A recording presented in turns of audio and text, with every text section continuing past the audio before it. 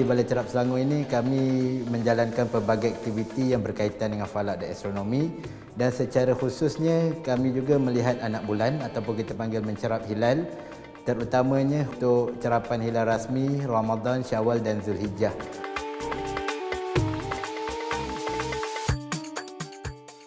Bagi proses cerapan ini, kebiasaannya dia terdiri daripada ahli jawatan kuasa ruqyah.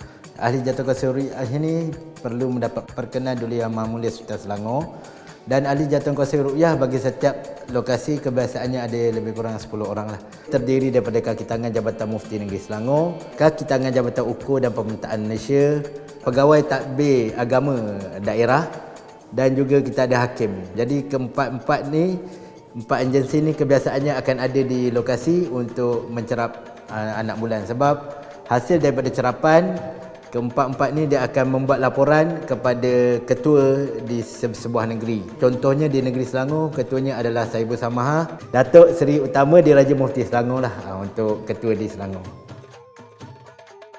Dari segi peralatan, kebiasaannya peralatan yang digunakan adalah alat ukur seperti theodolite ataupun total station.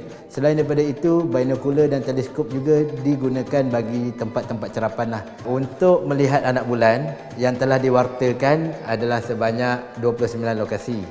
Proses cerapan sebenarnya untuk Malaysia bermula seawal waktu maghrib di Sabah dan berakhir di last kali di pemandangan indah Pulau Langkawi. Untuk penentuan awal Ramadan dan awal raya ni, kadang-kadang hanya satu atau dua tempat je nampak. Namun hasil laporan tu sampai ke penyimpan moho, dia nampak satu, insya-Allah dia boleh umumkan esok masuk bulan baru lah. Sebab secara asasnya untuk bulan Hijri atau bulan Islam ni setahun lebih kurang 354 atau 355 hari, dan setiap bulan dia hanya ada dua kemungkinan saja. Sama ada kita ada 29 hari ataupun 30 hari.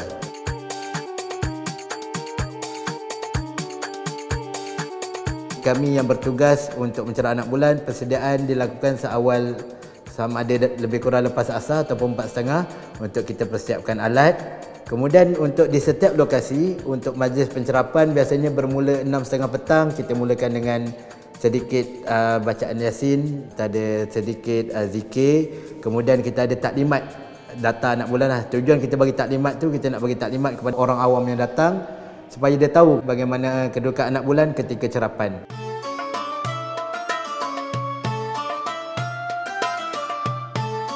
Kita ada satu badan autoriti yang mengeluarkan data untuk anak bulan, iaitu daripada Jabatan Ukur dan Pemerintah Malaysia. Kebiasaannya data ini akan dibuat untuk 2 atau 3 tahun lah.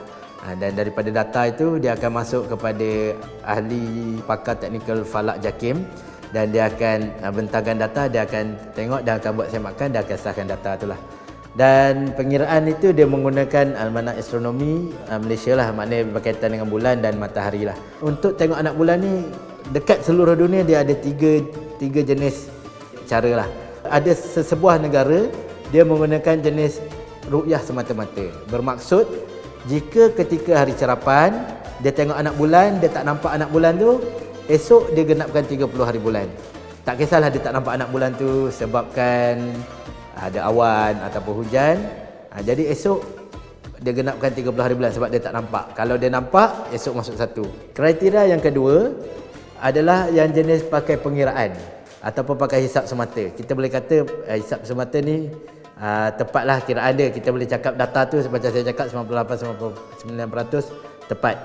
Namun sebabkan di Malaysia JAKIM kita ada ambil kira satu hadis Nabi SAW yang mengatakan kita kena meruqyah. Jadi kita tak pakai hisap, tapi ada negara yang pakai hisap semata.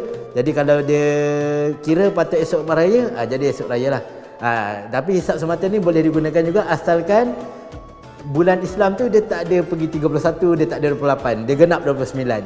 Sebab itulah 29 atau 30 itu syarat bulan Islam lah. Yang ketiga yang pakai hisap dan ruqyah. Itu dekat Malaysia lah. Dekat Malaysia kita pakai hisap dan ruqyah. Di mana kita hisap, dan bila daripada hisap tu kita dapatkan kriteria imkanur ruqyah ataupun kriteria keboleh nampakkan. Jadi dekat kriteria tu kita letakkan syarat dia lah. Sebagai contoh di Malaysia bermula daripada tahun, seingat saya tahun 1442 Hijrah, kita telah mulakan satu kriteria imkanul ru'yah yang baru, di mana altitude bulan dan elongasi bulan, dua kriteria ini perlu dilihatlah. Di mana kriteria untuk altitude bulan, ketika matahari terbenam, altitude bulan mestilah melebihi 3 darjah, dan elongasi bulan dengan matahari mestilah melebihi 6.4 darjah. Okey, jadi ketika kita melihat anak bulan, kita wajib ru'yah dulu. Okey, katalah ru'yah tak nampak, namun hisab untuk anak bulan tu dia memenuhi kedua-dua kriteria inilah, altitude dan juga elongasi. Walaupun tak nampak, berdasarkan hisab dan dia telah memenuhi kriteria, esok kita boleh jadi satu hari bulan lah. Kalau kes di mana kita tengok tak nampak dan kriteria ni pun tak memenuhi, jadi esok kita lengkapkan 30 lah. Okay, itu kes kita rasa biasalah. Kes yang luar biasa yang pernah berlaku, saya ingat pada tahun raya tahun 2022, kriteria imkanul ru'yah kita hisap, kita tengok dia tidak memenuhi kriteria. Okay, jadi daripada 29 lokasi ni, katalah 29 lokasi ni semua tak nampak, jadi esok kita genapkan 30. Namun apa yang berlaku, daripada 29 lokasi, kedua-dua ni tidak memenuhi kriteria, namun ada satu lokasi yang nampak, sebagai contoh di Labuan, jadi esok kita boleh masuk bulan barulah. Dan hisap ni digunakan di Malaysia sebenarnya berdasarkan kriteria ni untuk kita buat satu kalender satu tahun lah. Jadi kadang-kadang bila kita dah buat kalender satu tahun, sebab itulah kita panggil pernah istilah raya terkejut, sebab dalam kalender kata patut kita berpuasa 30 hari, namun disebabkan pada tanggal 29 tu kita tengok, kita nampak, jadi ru'yah adalah yang lebih utama dipakai di Malaysia. Jadi walaupun kriteria tu tak lepas, tapi ru'yah nampak, jadi esok kita boleh masuk bulan baru lah.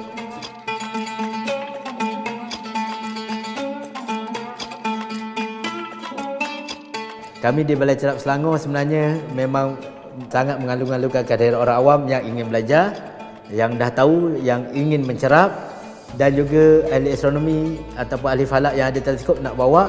Jadi boleh datang ke Balai Cerap Selangor ni untuk melihat anak bulan lah. Untuk setiap bulan sebenarnya kami ada pengunjung tetap daripada Mahat Tahfiz Ummul Qura yang dia memang menjalankan ru'yah atau melihat anak bulan ni setiap bulan. Dan kalau boleh hadir tu start daripada 6.30 lah, maknanya kita sama-sama baca Yasin, berzikir, kemudian sama-sama mendengar taklimat tu lah. At least sekurang-kurangnya bila datang tu kita dapat ilmu dan kita dapat merasai sendiri pengalaman untuk melihat atau mencerap anak bulan tu.